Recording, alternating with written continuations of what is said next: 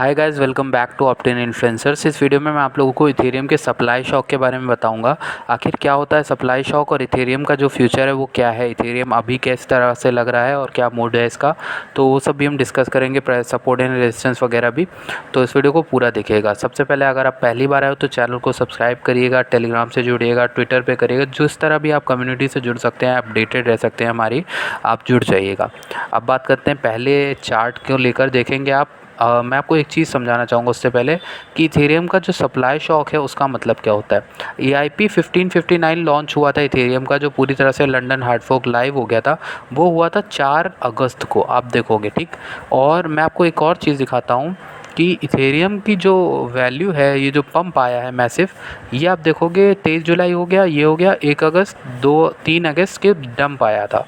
3 अगस्त को एक लाल डंप आया था यहाँ पे, और इसके जस्ट बाद आप देखोगे कैंडल ऐसी बनी कि ये ऊपर तक ले गई इथेरियम को, और 35 या 30% का अच्छा खासा रिटर्न दिया होगा इथेरियम के होल्डर्स को।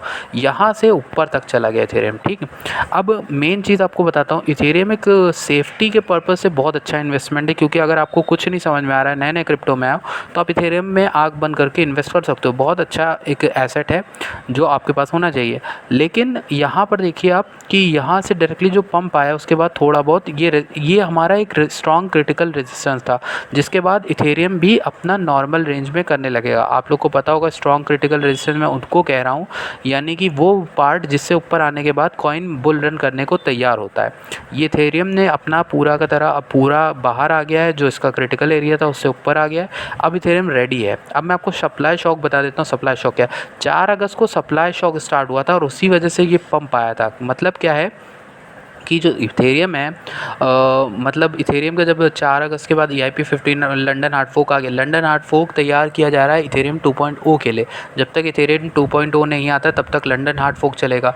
तो लंदन हार्ड फोर्क जो है वो इथेरियम को और पुश किया, और पुश करने के बाद उसकी सक्सेसफुल जैसी वो हुआ तो लोगों ने इथेरियम को स्टेक कराना शुरू किया। इथेरियम को स्टेक कराना शुरू किया, उसके बाद इथेरियम 2.0 में बहुत सारे लोगों ने स्टेक करा दिया अपने इथेरियम।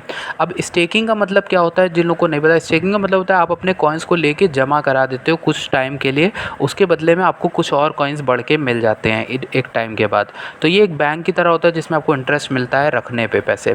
तो इसमें आपको इथेरियम रखने के इथेरियम मिलेंगे। और तो ये एक स्टेकिंग का पर्पज़ होता है। तो बहुत से लोगों ने इथेरियम को अपने लेंड करा दिया या फिर स्टेक करा दिया, कॉन्ट्रैक्ट 2 में डाल दिया, जिससे उनको मिलेंगे रिवॉर्ड्स। तो इसकी वजह से क्या होता है, जब लोग स्टेक करा देते हैं ज़्यादा या फिर होल्डर्स होल्ड कर रहे होते हैं वॉलेट में, तो जो एक्सचेंजेस पे होती है वो सप्लाई हो जाती है कम, ठीक।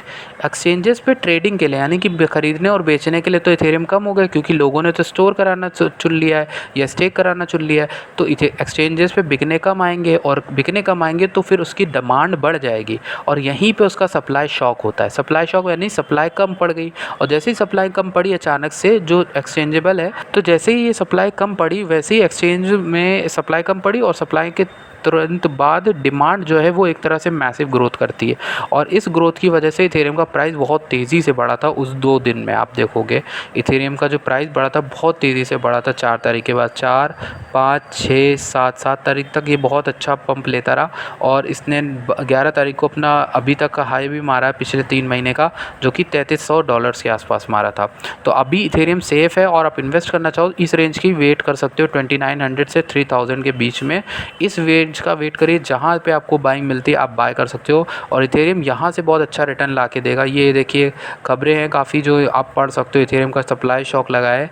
और जो उस समय एक और चीज़ मुझे आपको बतानी थी कि इथेरियम का जो मेन वैल्यू जो पिछली बार $4000 गई थी, वो गई थी बुल मार्केट की वजह से, ठीक। मोस्टली क्योंकि सब बढ़ रहा था तो इथेरियम में भी पैसा आ रहा था। बट अब की जो इथेरियम ऊपर आया है वो आया है इथेरियम की खुद की वजह से, इथेरियम के खुद के प्रोग्राम की वजह से, इथेरियम के खुद के फीचर की वजह से। तो इस बार इथेरियम काफ़ी अच्छा मज़ा देगा, और इस बार इथेरियम यहाँ रुकने के चांसेस हैं।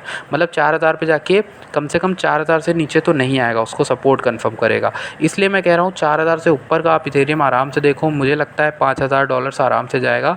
मैं $5000 इथेरियम आराम से बुलिश हूँ यहाँ से, ठीक है। एंड आप लॉन्ग टर्म के अगर होल्डर हो इथेरियम के, नीचे कमेंट करके बताइएगा आपकी बाइंग कितनी है, और मेरी बाइंग मैं भी आप लोगों के साथ शेयर करूँगा नीचे कमेंट में ही।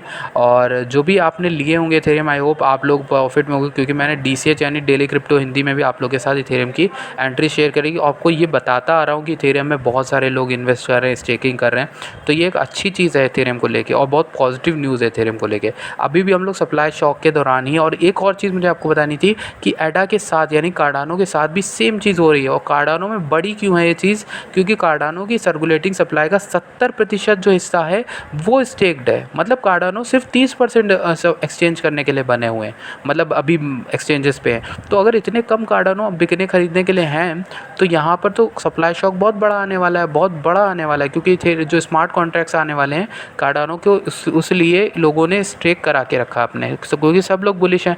और जब सब लोग बुलिश होते हैं तो अचानक से जो है प्राइस बहुत तेज़ी से रैली करता है। और कार्डानो की जो पिछली रैली 40 से 50% की हुई है वो इसी वजह से हुई है और आने वाले टाइम में भी होने वाली है। तो guys that's it for today's video. I hope आप लोगों को वीडियो अच्छी लगी होगी, वीडियो से कुछ सीखने को मिला होगा। अगर सीखने को मिला है वीडियो लाइक करेगा, चैनल को सब्सक्राइब करेगा। मैं मिलता हूँ आपसे नेक्स्ट वीडियो में। Thank you for watching this video.